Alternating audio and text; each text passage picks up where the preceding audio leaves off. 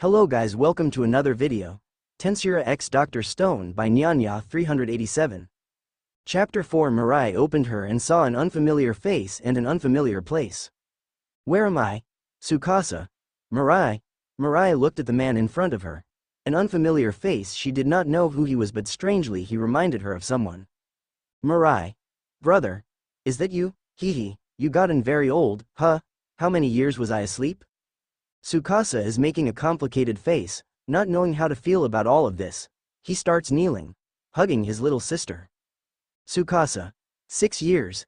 No, thousand and thousand of years. Mirai. Kohaku. You've been waiting a long time, huh? Tsukasa. You must have been waiting forever for this moment. Chrome. Senku. The number of sticks of dynamite we have left doesn't add up. Yukio. If someone took them, I should have heard them. If it's someone who could slip by me undetected, as far as I know, there's only one such person. Collision, kaboom, collision, kaboom, collision. Everyone turned their head to the explosion direction. Shock and surprise could be seen in their face. What was that just now? An accident? No, it can't be. Where was that? Senku. At the cave of the miracle. Now, the miracle cave has finally collapsed, and the culprit is Homura. Knowing who did this, Senku finally realized something important. He ran as fast as he could to where Tsukasa, Mirai and Hyogo is. He shouted desperately. Senku. Get away from there, Mirai. Tsukasa. Tsukasa got distracted, and Hyogo finally got his chance. He directly used his spear to aim at Mirai. Tsukasa, seeing this play out quickly, uses his body to protect Mirai. Hyogo. Ha ha ha, whether I came at him from the shadow or attacked him in his sleep, it was an impossible feat to take out the strongest primate high school, but now it's different this time because you have someone to protect. The spear went through Tsukasa's chest. Make it hard to stand on 2 legs, he fell into the river. Mirai, seeing this, has a terrifying face on her. Senku grabbed Tsukasa's hand, trying his best not to let go, but Hyogo just pushed the 2 of them down to the river and quickly follows suit. Hyogo. I've been wanting to speak with you, just the 2 of us, Senku. Senku. Heh. What are we in middle school or what? Confessing to me behind the school building? Unfortunately for you, I'm a married man, already divorced? Hyogo. Is that so? But you will listen, surely? Let's put a stop to the lip service, shall we? I know you of all people know what my goal is. Senku still has his hand on the deep wound, wanting to stop the bleeding. Hyogo, seeing this, tried to land another hit on Tsukasa, but he failed to do so. With a click, sound could be hard. Hyogo could see a strange face he had never seen before. With a cloth, it seems to be made out of high quality. A long black hair waving with the wind, making it a very catching eye. Who is this? About 16-17-year-old. Is this another person who could break out of the stone on their own? Senku and Hyogo. Who is this? You know it is bad to meddling in other people's business, right? Rimuru. You can call me Rimuru. Rather than meddling in other people's businesses, how about we stop this meaningless fight first? Or if you want to continue this fight, I can give you some time to play too. Hyogo. What an annoying little girl. He readied his spear and dashed toward Rimuru, not wanting anyone to get in his way. But with the words, little girl, Rimuru, quite piss off, ready his katana and make a light swing. Of course, the katana is not his own, but he took it from one of the kingdoms of the Science Guard, Jinro.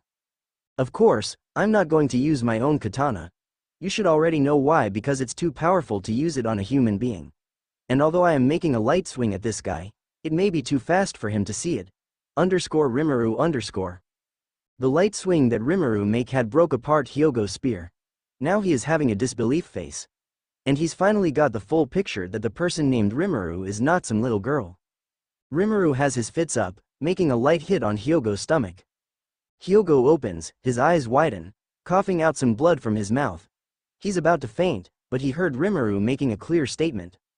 Rimuru. Oh, and for your information, I am a boy, got that? What kind of monster is this? Hyogo. With that last thought, Hyogo vision goes into darkness. Rimuru Pav. Oh crap. Even though I limited my strength to that of a human being and hold back a lot, I still make this guy cough up blood. Although he's pissed me off with the little girl statement, he is still a human being. I turn around to see Senku and Tsukasa. Senku face is kinda pale, and Tsukasa wound is getting serious by the second. I point out my thoughts to Senku. Shouldn't we move first? That guy wound is getting serious. You're right. We should move him to where my friends are first. Let me help you carry him. I stretch out my hand. Senku, though, for a moment and finally agree. On our way back, we could see Kohaku and other people rushing their way to find Senku. Senku told them not to worry anymore. When they see me they want to know who I am. But Senku told them to tie up Hyogo first. They all agree with Senku's decision. They also capture Homura. With Tsukasa on my back, we make our way to one of the rooms. Well, not a room, more like a cave. I place him on a bed. Looking at Senku, I open my mouth. Well, what now? Before Senku could answer back, Tsukasa opened his eyes, told Senku his thoughts. The kingdom of science has won.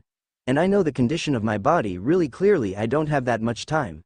But before I go, I want to tell you the location of the stone statues that I broke first.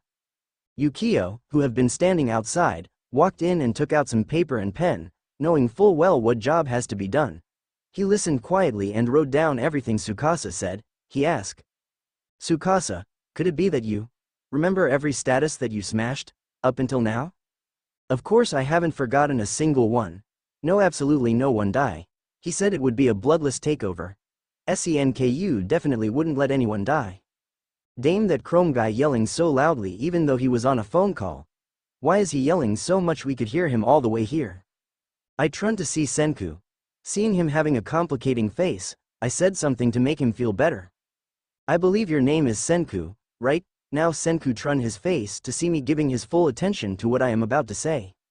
If your wish is not to let anybody die, then go get the equipment ready. I will make sure he makes it out alive. Senku has a shock and surprising face on him. Rimuru, you know how to treat a wound this serious? Just go get the equipment already. Without another word, Senku had gone out to prepare the thing I asked for. What a softie.